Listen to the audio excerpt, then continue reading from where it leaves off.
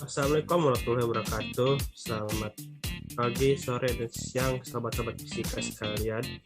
Kembali lagi bersama saya Hasbia Sidik dan dua rekan saya. Fatih Ahmad Azam. Sama saya Muhammad Akmal. Kali ini kami akan menyampaikan sebuah edukasi mengenai tentang apa itu suhu dan kalor. Untuk yang pertama, kalian tahu gak sih ini tuh apa? Nah, ini itu ada sekelompok orang yang berdiam diri di dekat api unggun.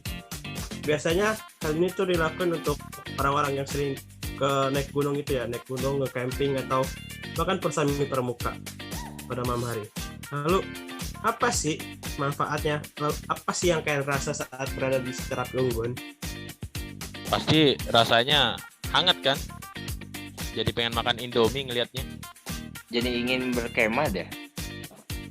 Nah, untuk kampas tadi itu sebesar punya. Nah, api unggun sendiri bisa berguna untuk menghangatkan tubuh.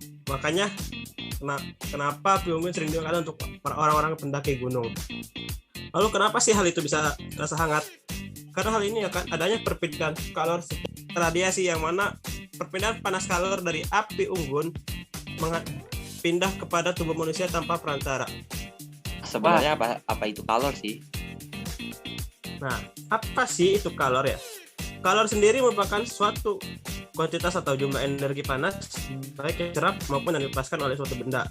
Alat ukur untuk mengukur besarnya kalor disebut kalorimeter. Tentu ini berbeda dengan suhu. Suhu dan kalor sendiri merupakan dua jenis yang berbeda. Suhu alat yang untuk mengukur suhu disebutnya termometer. Berarti kalor sama suhu itu berbeda ya? Nah, betul sekali itu, Fatih. Kalor digunakan untuk menghitung energi dalam suatu zat, sedangkan suhu untuk mengukur panas, dingin, temperatur lingkungan maupun benda. Atau suhu juga dapat berguna untuk manusia ya, seperti yang saat ini sedang digunakan untuk menjaga COVID. Saat sebelum masuk mall, itu kita mengukur suhu dulu menggunakan termometer. Ya, baik. Selanjutnya yaitu mengenai, tahukah kamu mengenai angin darat dan juga angin laut? Nah, dalam peristiwa ini terdapat suatu perpindahan kalor secara konveksi, di mana yang berpengaruh adalah udara pada laut yang berperan sebagai perantaranya. Nah, angin darat dan angin laut ini bergerak dalam daerah darat dan juga laut sesuai namanya. Nah, angin laut adalah jenis angin yang bergerak dari lautan ke daratan, dan sebaliknya, angin darat bergerak dari daratan kepada lautan yang dilaksanakan pada malam hari. Nah, artinya, udara panas di lautan membuat kepadatan udara berkurang sehingga mempengaruhi udara dingin yang ada di lautan yang padat menuju lautan. Nah, saat itu udara bergerak dari daratan ke lautan, dan peristiwa ini disebut sebagai angin darat. Jadi angin darat adalah udara yang bergerak dari darat menuju lautan.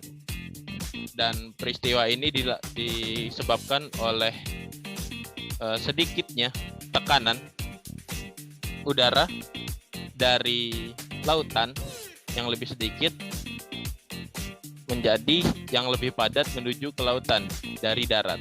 Dalam hal ini dapat dipastikan bahwa setiap benda pasti memiliki nilai kalor. Kenapa? Karena penambahan nilai kalor dapat mempengaruhi suhu suatu benda.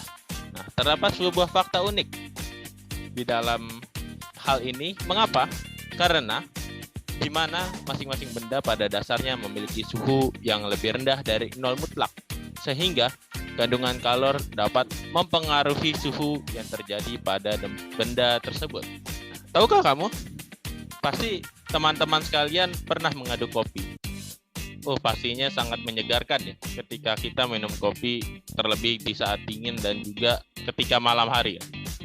Ketika teman-teman menyedap kopi dengan diseduh menggunakan air panas, maka sendok yang tadi kita pegang yang berasal dari logam akan terasa panas juga. Dan hal ini terjadilah suatu perpindahan kalor secara konduksi, di mana ketika kita membuat segelas kopi dengan air panas, kemudian diaduk menggunakan sendok dari logam, Di sini kita akan merasakan sensasi suhu yang ada dari air panas menuju sendok yang merambat.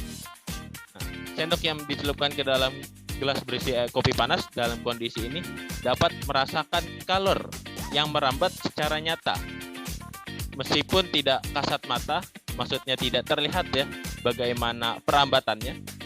Namun suhu sendok yang lebih rendah daripada suhu air mengakibatkan energi panas akan mengalir dari air kepada sendok.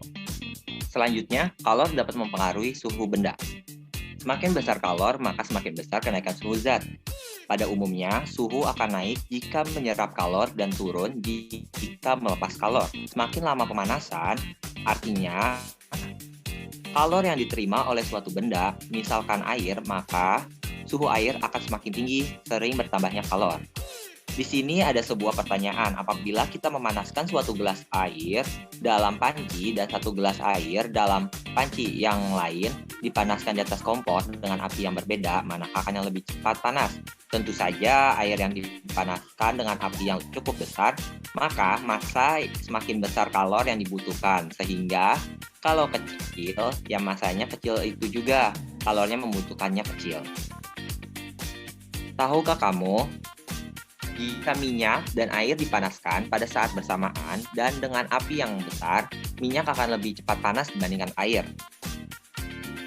Untuk permasalahan ini, suhu suatu zat, kalau kita memanaskan air dan minyak dengan massa yang sama dan kompornya panas yang sama, manakah yang lebih cepat atau jangan-jangan keduanya mengalami kenaikan suhu yang sama?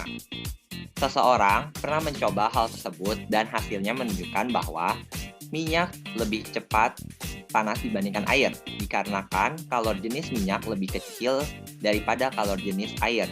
Di mana semakin besar kalor jenis, maka semakin besar kalor yang diperlukan untuk mengubah suhu benda tersebut. Dari yang kami sampaikan, semoga bisa dipahami dan dimanfaatkan dengan sebaik-baiknya. Sekian, terima kasih bagi yang sudah menonton.